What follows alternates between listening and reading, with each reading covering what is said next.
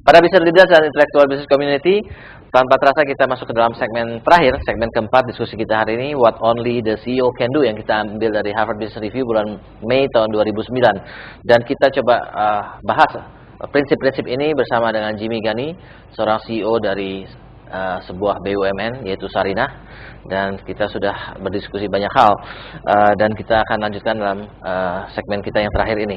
Ada tanggapan dari audiens, silakan Ibu Melanie. Terima kasih Pak Bayu dan terima kasih Pak Jimmy. Saya sangat senang sekali hadir di sini karena merupakan satu keinginan saya mendengar bagaimana Sarinah akan memberikan yang terbaik, karena saya datang ke sini karena melihat Sarinah bukan yang baik, bukan sangat buruk. Nah, ketika mendengar Pak Jimmy mengatakan bahwa akan memajukan produk-produk Indonesia, nah ini saya sangat gembira karena saya kaget menemukan ternyata Sarinah lebih kepada import dan lain sebagainya, produk-produk favorite dan juga satunya properti, karena ini di luar dugaan saya. Tentunya Bapak akan menggunakan produk-produk Indonesia yang sangat luar biasa. Dan saya ingin melihat bagaimana kehadiran Bapak sebagai seorang CEO yang baru merubah mentalitas orang yang berada di Sarinah. Dan ini tidak mudah, karena itu merubah dari sesuatu keseharian menjadi sesuatu yang lain sesuai dengan harapan dan visi Bapak yang baru ini. Ini merupakan suatu change leadership yang harus dilakukan. Bagaimana Pak? Okay, good question, Pak. Jadi very wide notion juga. Ya. Di BUMN itu, kalau kita tahu yang namanya satu posisi CEO ataupun satu posisi manager dalam private company is come with the right to hire and to fire, yang which is often not exist for a BUMN company. Dan you know bahwa in the pure capitalism ini senjata yang sangat penting, to hire and to fire the right person, gitu ya. The right person to hire and the right person to fire, gitu kan. Yeah. Nah, how are you going to deal with this while you are not equipped with that weapon, gitu? Good question, Bu Melanie. Thank you very much. Yang pertama harus saya lakukan tentunya mendapatkan attention mereka, karena bagaimanapun karyawan ini melihat ini orang baru, apa sih yang bisa dilakukan orang baru, sehingga I have to come up with a good concept untuk membawa perusahaan ini dan semua yang ada di belakang itu bisa mendukung, bukan menarik-narik ke belakang gitu ya justru. Nah, tentunya harus ada konsep yang bagus, sehingga fokus saya pada saat-saat awal adalah mempelajari kemudian membuat satu roadmap. Akhirnya kita buat roadmap, di mana roadmap itu menjadi pedoman kita untuk 5 tahun ke depan. For the short term of 5 years within our term, kita bisa kontrol karena kita sudah berikan kesempatan 5 tahun. Nah, siapa yang bikin roadmap, Pak, kalau boleh tahu? Saya pribadi, lead. But maybe you punya bayangan ini, saya pengen punya engine mobil yang 3000 cc tapi kenyataannya 1000 cc, gimana? Betul. Nah, tentunya saya perlu diskusi dengan banyak pihak. Jadi saya libatkan itu semua karyawan, kemudian mulai dari level di bawah saya gitu ya, direksi, kemudian level ke bawah. Setelah kita dapatkan gambaran yang cukup bagus, kita ke bawah lagi, kemudian kita ke atas, kita ke shareholder kita. Saya presentasi ke Pak Menteri, saya datang ke Menteri Perdagangan untuk bicara tentang visi kita. Akhirnya terjadilah satu dokumen yang kita sebut dengan Roadmap Sarinah 2009 sampai dengan 2014. Yang mana ada langkah-langkah strategis. Saya tentunya tidak akan beberkan, apalagi ada kompetitor. Tenang Pak, you'll be in the unique market, Pak. Kan dia bilang mau main di niche. Betul. Nah, tetapi yang jelas kita perbaiki tadi infrastrukturnya, kita bentuk HR-nya dan seterusnya. Tapi yang penting tadi yang Ibu bilang, organizationalnya. Nah, organization tadi saya lemparkan kata-kata yang simple, KISS, SWF, kemudian juga kita juga saya sampaikan tadi yang Bu Mariko sampaikan kan tuh KKN ya, korupsi, kolusi gitu ya, in a way. Akhirnya saya bilang we have to berangus KKN lama, kita bangun KKN baru. Apa itu KKN lama? Korupsi, kolusi, nepotisme. Tapi kita bangun dengan pertama yang korupsi itu kita ganti dengan kontribusi. Jadi give rather than take. Kemudian yang collusion kita jadiin collaboration. Jadi bukannya kita kerjasama tapi under the table kemudian ini, tetapi kerjasama yang baik, itu 1 ditambah 1 jadi 5, bukannya 1 ditambah 1 jadi -3, -4. Yang terakhir, yang dulu yang namanya nepotisme itu kita ganti. Bagus, kita punya orang-orang dekat yang ikut kita lagi. Kita sebut dengan network. Jadi network itu penting. Sehingga saya juga nggak bisa sendiri. Saya lihat dulu di awal, nih orang-orang yang ada gimana? Ada nggak kompetensi khusus yang kita perlukan dari luar? Akhirnya saya mulai rekrut juga dari luar. Tetapi tentunya nggak bisa terlalu banyak. Hanya saya yakin dengan 1, 2, 3, 4, 5 orang ini kita bisa accelerate the speed of perubahan gitu ya. Nah, saya juga ngelihat satu lagi Bu, kita perlu restruktur. Ada satu yang neglected, kita nggak banyak dikenal lagi, terutama untuk generasi muda ya. Kenapa? Karena communication and marketingnya very lacking. Akhirnya saya bentuk beberapa divisi baru, antara lain divisi marketing and communication, yang selama ini hanya ditangani very small gitu ya, small portion. Nah, kita bangun itu, kemudian kita robah nama. Tadinya level di bawah direksi itu namanya kepala biro, kepala divisi. Saya bilang biro, apa itu biro gitu? It sounds bureaucratic. Akhirnya kita robah jadi semuanya sekarang vice president. Wow. Kita define lagi tanggung jawab mereka, kita define wewenang mereka, sama kita define lagi tugas-tugas mereka. Sehingga akhirnya kita harapkan mereka ini merasa ya saya punya par sama dengan orang-orang yang di enterprise lain yang arahnya tuh bisnis, bukan birokrasi. Oke, Pak. Kita udah bicarakan 3 hal nih, di outside customers ya, defining company's business, and then shaping values and standards.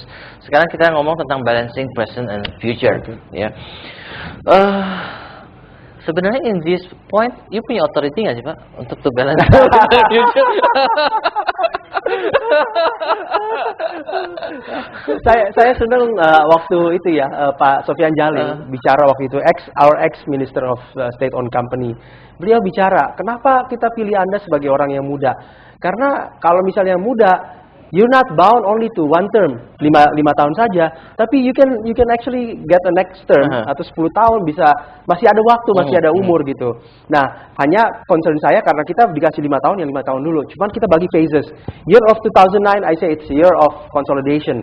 Year 2010, it's the year of performance improvement. Year 2011, year of growth. Year of 2012, year of expansion. Year of 2012, it has to be year of further expansion. Tapi to cut short, apakah ada target profit and revenue dari pemerintah untuk EU, Pak? Sebetulnya tidak spesifik. Tidak, ya. Hanya karena kita memang ingin melakukan tugas yang baik lah ya kita set ya detail-detailnya, our own target, dan it has to be ambitious target. 5 tahun ke depan, dan tentunya nanti kita set untuk the future. Memang the future ini yang tidak bisa sama dengan regular company ya, capitalist company gitulah kira-kira, karena kita hanya berpikir 5 tahun dulu lah gitu. Pak, ya. Ini berandai-andai ya. Berandai-andai kalau kita lihat di TV komersial juga ada iklan yang lucu tuh. Kalau ada let's say I am the jin yang bisa mengabulkan permintaan Anda, cuma satu aja tadi. As you punya tugas sebagai CEO dari Sarinah ini, what is one permintaan dari Anda? Saya ingin selesai tugas saya nanti sudah menambah value daripada Sarinah. Jadi itu you punya cita-cita. Cuma apa yang bisa saya berikan supaya you sukses sebagai as a BUMN, you sudah cerita banyak limitations yang beda dengan private capitalism, and then pasti banyak lah yang hal yang you bisa katakan. Tapi satu yang paling penting yang Anda merasa yang paling membuat Anda cannot perform at your utmost, apa Pak? That's a good question, that hard question. Jadi kalau kita dikasih kesempatan yang lebih untuk membuat banyak decision di dalam direksi sendiri gitu ya, within the organization, itu tentunya akan membantu. What kind of decision Pak? To hire to fire atau what kind of decision? No, it's a lot of things gitu ya. Antara lain of course to bring in people yang bagus gitu ya tentunya ya. Yang kedua adalah ada beberapa ketentuan. Contohnya kalau kita menyewakan space ruangan itu boleh terbatas hanya 5 tahun. Di atas 5 tahun itu harus ke komisaris, bahkan ke pemegang saham. Bayangin aja, sekarang misalnya department store atau retail chain mau buka satu outlet, dia payback periodnya kadang-kadang 8 tahun, kadang-kadang 10 tahun, karena kan sekarang nggak bisa simple retail outlet itu, tapi harus dibikin bagus, kemudian dibikin nyaman dan and it cost money, and we have to understand that the payback period will be longer. Tapi kalau misalnya direksi cuma dikasih waktu cuma 5 tahun untuk decide gitu ya, decide within only 5 years of cooperation, tentunya itu menghambat. Hal-hal yang seperti itu seharusnya udahlah yang operations matter, it should be given to decide by the board of directors, cukup gitu. Nah, ini yang kita coba bicara sama pemegang saham, artinya kita define lah bareng-bareng what the board of directors can do, what the board of directors cannot do.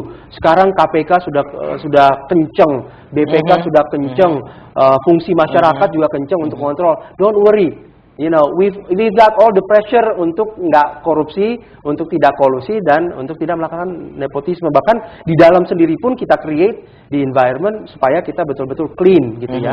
Nah, itu penting sekali untuk kita. So what you need is more authority, Pak ya? Yes, exactly. But you said you ready to be responsible yes, for that gitu ya. And accountable ya Pak. Accountable for that ya. Yes. Oke, karena waktu kita harus summary-kan diskusi kita hari ini, jadi very interesting. Ada 4 things dari CEO yang kita ambil dari private capitalism, kemudian kita terapkan ke BUMN yang kata Pak Gani, prinsipnya a little bit different. It's a state capitalism. Dan kita lihat dari diskusinya ternyata Pak Gani lebih suka mendapatkan setting seperti private capitalism ya, supaya make it more provide more opportunity and flexibility untuk bisa maju lebih kencang untuk Sarinah ini, untuk BUMN. And I think this is a cry for dari almost all dari CEO dari BUMN ya. And diskusi kita hari ini banyak sekali dan banyak hal-hal yang juga ternyata dari diskusi ini Pak Jimmy Gani learns from the audience, is very good. And kita lihat juga bahwa Pak Jimmy is very not only futuristic dalam arti kata have a plan, but really work on the plans. It's just a matter of time to see whether Pak Jimmy will make it or will break it. But of course we trust bahwa dengan efforts yang kencang ya, dan again KKN ketiga Pak, networks with all of us. Yeah. We support you. Dan banyak doa Pak. Dan banyak doa. Prayer. And hopefully when you make it Pak, kita berharap Pak Jimmy Gani will be the next Menteri BUMN gitu. Oke, Pak Jimmy, thanks a lot buat para business leaders dan intellectual business community. Terima kasih atas Anda sudah menyaksikan program CEO Reference ini, dan kita akan jumpa dalam program CEO Reference berikutnya. Terima kasih.